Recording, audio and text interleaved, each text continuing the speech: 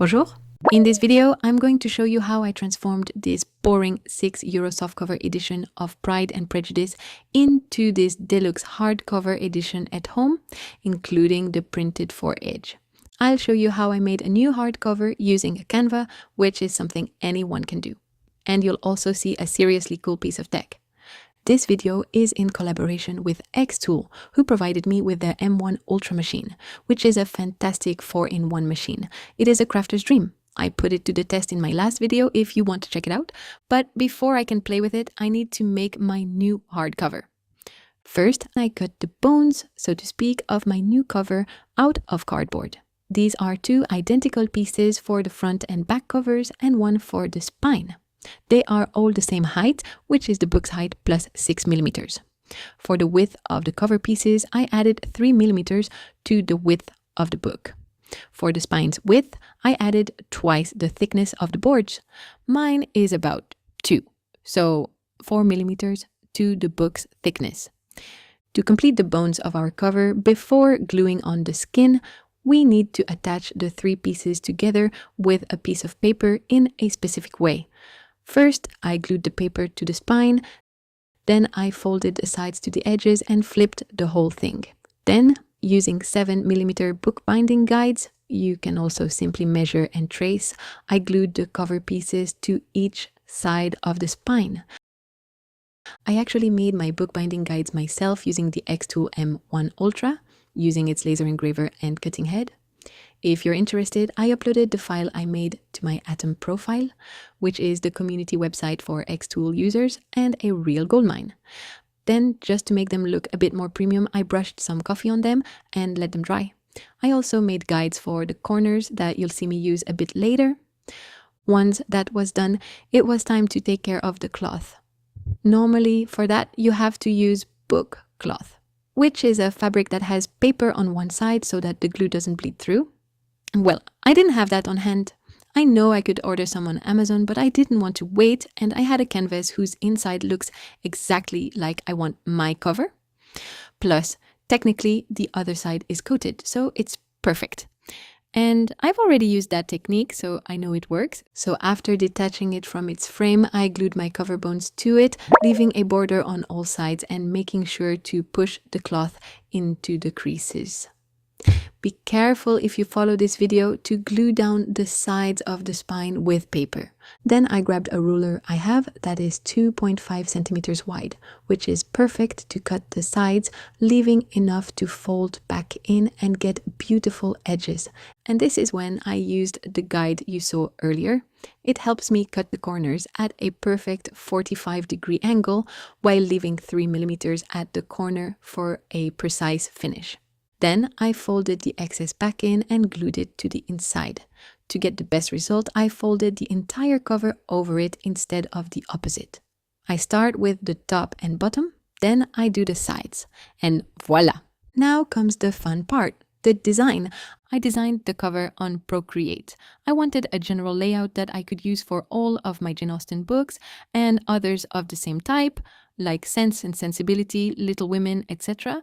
And then, of course, add some elements that represent the book. In this case, I illustrated a male and a female peacock representing the proud Mr. Darcy and Miss Elizabeth, along with, of course, the title of the book. On the back, I used the same layout, but with the famous opening of the book and a small peacock. And for the spine, the title, the author, and the same peacock. There are infinite ways to decorate DIY hardcovers, and you can get creative with all types of media. Today, I'm going to show you a seriously cool piece of tech, the xTool M1 Ultra, the one I use already to make my guides, and that will allow me to print directly on the cover as well, and the book edge and apply some foil with a hot quill. So first, I printed the decorative leaves and the small peacocks. I used 60% intensity in the settings to print on the cloth and let the machine do its thing. The plan was not to move the cover, so the placement of the foil would be perfect, but I got so excited I forgot. So I placed it back as best as I could and installed the hot foil quill in the machine, the one with the regular size tip. Then I cut to size and taped down some gold foil. For the sittings, I used 80 for the pressure and 5 millimeters per second for the speed. Next time I do it, I'll probably increase the pressure to 100. When the machine was done, it was time for the big reveal, and I'm so happy with the result. I could never have done something as precise and clean by hand with my hot foil quill, and definitely not with so little effort. Now it is time to rip the old cover off. That's always fun. And finally, the moment I've been waiting for since I got my M1 Ultra, printing on the edge of the book. To do that, I clamped the book between 4 pieces of wood so it wouldn't budge when the inkjet printer head moved over it. Then I placed it into my machine and started printing. In the excitement, I messed up the placement just a tiny bit, but that's still okay. I mean, I just printed on a book edge. It turned out better and more detailed than I expected. I made the design with gradients and other details to see how the printer would handle it, and it crushed it. All this is only a fraction of what that machine can do. Now the last step, putting everything together.